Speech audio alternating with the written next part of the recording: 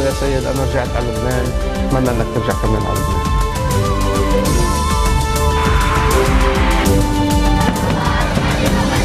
قرار صادر من مجلس الجامعة تسمية حزب الله الإرهابي.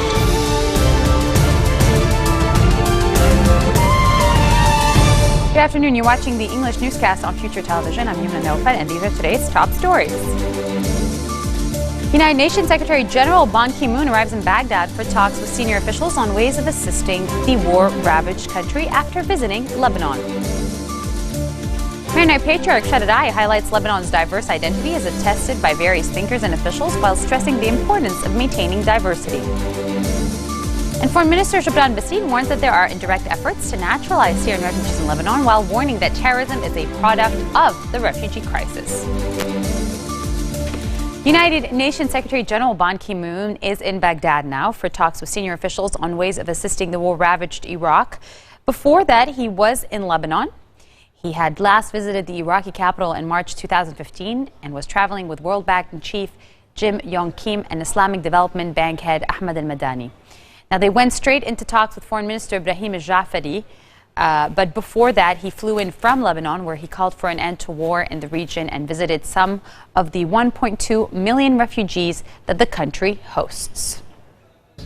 Hello, I'm Linda Tamim from Future Television. I have two questions. So my first one is to Mr. Secretary General, and my second one is to Dr. Jim. So my first question basically is, recently former President Michel Sleiman has asked the UN and other countries fighting terrorism to eradicate ISIL. So what is your answer to this, and what is your strategy basically? Eradicating terrorism and extremism require whole of international communities, solidarity and unity of purpose. This terrorism, extremism should be defeated in the name of humanity.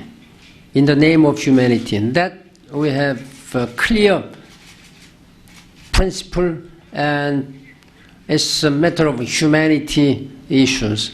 Now, while I believe that it is important to address terrorists and extremism through military means, is important and effective, but sometimes it's not all ultimate solution.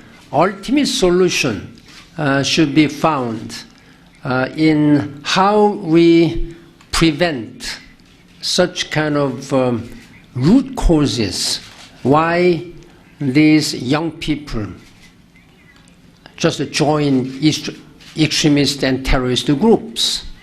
That's what I said. Good governance will be an answer. That is why January this year I have proposed to the General Assembly of the United Nations, and United Nations has adopted by unanimity on February 12th my proposals, comprehensive plan of action to prevent violent extremism. Now we have to see why this extremism happens. I have presented about 70 recommendations to the member states. All these 70 recommendations may not necessarily be applied to all the countries. I'm asking and urging member states, whoever has this kind of vulnerability exposed to extremism and terrorism, study and analyze carefully and try to implement all these recommendations. Thank you. Dr. Kim, you mentioned that Lebanon needs to decide what its economic and social priorities are. So what is your advice about this? Yes. Let me say that as someone who 20 years ago protested against the World Bank and argued that it should be closed. That was what I did 20 years ago. Part of the criticism we made was that the World Bank was going around telling the world what its priorities should be. So we do not tell countries what their priorities should be. Let me say this though. In every single country, we go in and our two goals are to end extreme poverty and to boost shared prosperity. In other words, making sure that the poorest have a larger proportion of the income and of the wealth. That's what our goals are. And then we bring to the table evidence of what has worked in other places in order to move toward lifting people out of poverty and boosting shared prosperity. Let me just say one thing. Good governance. The Secretary General talked about good governance. Now, there are many different kinds of good governance. We also don't dictate what countries should do in terms of reaching good governance. But one thing we know for sure is that no governance is not good governance. So the most important priority should be to govern. That this is extremely important. Secondly, if we look at the priorities that members of the government have already expressed, we can agree strongly with many of them. Look, we do not know what the drivers of economic growth are going to be in 5, 10, or 15 years. What we know for sure, though, is that the world is going to become more complicated. Virtual reality, the digital continuing revolution, advances in biotechnology, all of these things are going to really shape the economy of the future. So the most important investment you can make, especially in a place like Lebanon, is invest in people. So the emphasis on the health and education of people, which we are contributing to directly, we think are extremely important. So let me say again, it's not so, we won't dictate priorities, but we will say that a country with no clear priorities and no governance is in trouble, and they need to move as quickly as possible. Maronite Patriarch Shadadai is highlighting Lebanon's diverse identity as attested by various thinkers and officials while stressing the importance of maintaining this diversity in the country. He said during his Easter message, Lebanon can preserve its identity by remaining neutral and steering clear of regional and international axes. He hailed Lebanon's freedoms, modernism, and coexistence in the Arab world while noting that it stands as a beacon of hope. Furthermore, the Patriarch renewed his condemnation of politicians for their ongoing failure to elect a president of state. Da'i slammed the unjustified vacuum, hoping that a head of state would be elected soon, given the danger the vacuum is having on the institutions. Lebanon has been without a president since May 2014, when the term of President Michel Sleiman ended without the election of a successor. The Lebanese army has succeeded overnight in thwarting an attack of gunmen from Syria in the northern region of Akkar. They said that the gunmen attempted to take over a surveillance tower in the border town of Hnaydar, but the military was able to hold them back. Artillery and light bombs were used to deter the assailants. No soldiers were injured in the incident, but the military later said in the statement that soldiers had also conducted a sweep of the area to ensure that known gunmen had infiltrated the region. Calm has been there since this morning, and the army has deployed patrols to maintain security. This was the first time this tower was subject to an attack, as it is usually guarded by both the Army, the Internal Security Forces General Security, as well as custom agents. Foreign Minister Jabran Basid is warning that there are indirect efforts to naturalize Syrian refugees in Lebanon, while warning that terrorism is a product of the refugee crises. He urged during a press conference the adoption of unilateral and sovereign steps. Otherwise, naturalization will be imposed on us, he said. He said he knew that some politicians had remained silent over the issue for political and sectarian interest, but some officials want to naturalize the refugees in order to gain a sectarian upper hand in elections. The minister noted that Lebanon has not received substantial assistance from the international community to help it confront the refugee burden. And he also rejected claims that resolving the presidential vacuum will end the refugee crisis.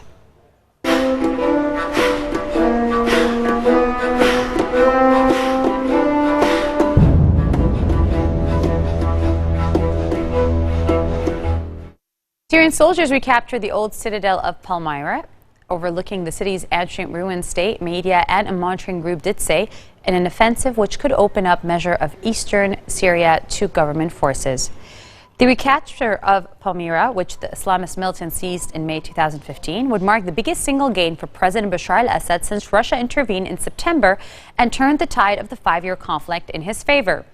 This victory happened because of the will and determination of the soldiers in battle.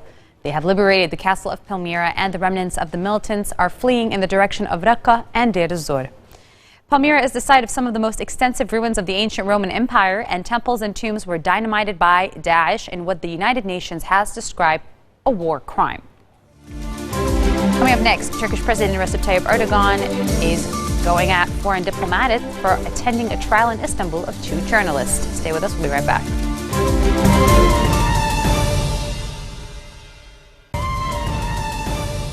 Welcome back. Brussels Airport will not reopen before Tuesday, as it is implementing new security measures and is repairing the departure hall wrecked by the suicide bomb attack earlier this week. Passenger flights at Brussels Airport were not resumed before Tuesday, 29th of March, Zaventem Airport said in a statement. Brussels Airport is starting preparations to partially resume passenger flights and to implement the new security measures at Belgian airports decided by the federal government. It gave no details of what the new security measures involve, but immediately after Tuesday's attacks, there was a lot of criticism that the security at the airport was light, with no systematic checks on passengers entering the departure hall. On Tuesday, 2 suicide bombers blew themselves up there, while another attacked the Brussels metro, leaving 31 dead and more than 300 wounded in Belgium's worst ever terror attack. Turkish President Recep Tayyip Erdogan chastised foreign diplomats for attending a trial in Istanbul of 2 journalists facing possible life terms on controversial espionage charges. Can Dunder, editor-in-chief of leading opposition daily Cumhuriyet, and Erdem Gül, his Ankara bureau chief, went on trial on Friday on charges of espionage and revealing state secrets over a story accusing Erdogan's government of seeking to illicitly deliver arms bound for Syria. The case stoked concerns over the state of free press in European Union aspirant, and several EU diplomats, including the German ambassador, attended the start of the trial. Cumhuriyet's report on a shipment of arms being intercepted at the Syrian border in January 2014 sparked outrage when it was published in May, fueling speculation about Turkey's role in the Syrian conflict. A suicide attacker detonated an explosive belt in a park outside Baghdad, killing 26 and wounding 71 in an attack captured on mobile phone video and claimed by Daesh. The blast in Iskandariya, a mixed Sunni and Shia Muslim town 40 kilometers south of the capital, happened at the end of an amateur soccer game. Islamic State militants who control swaths of territory in Iraq's north and west were behind the attack, according to Amaq news agency, which is affiliated with the group.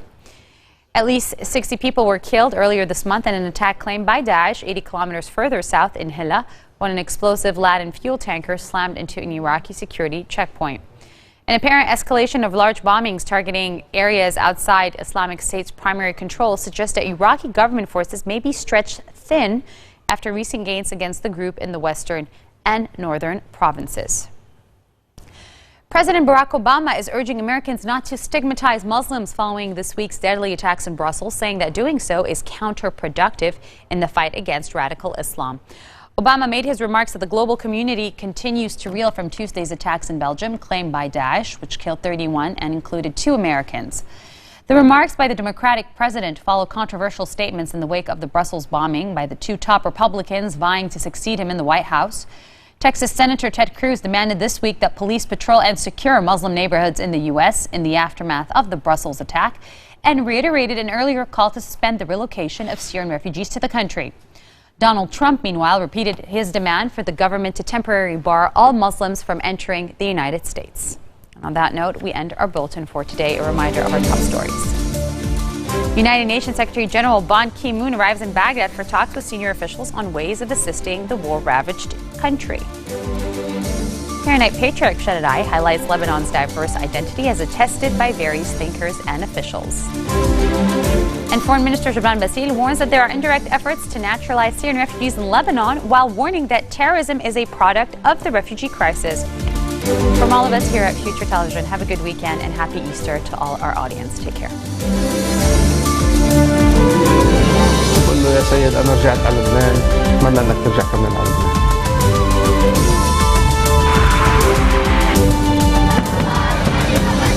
قرار صادر من مجلس الجامعة تسمية حزب الله الإرهابي.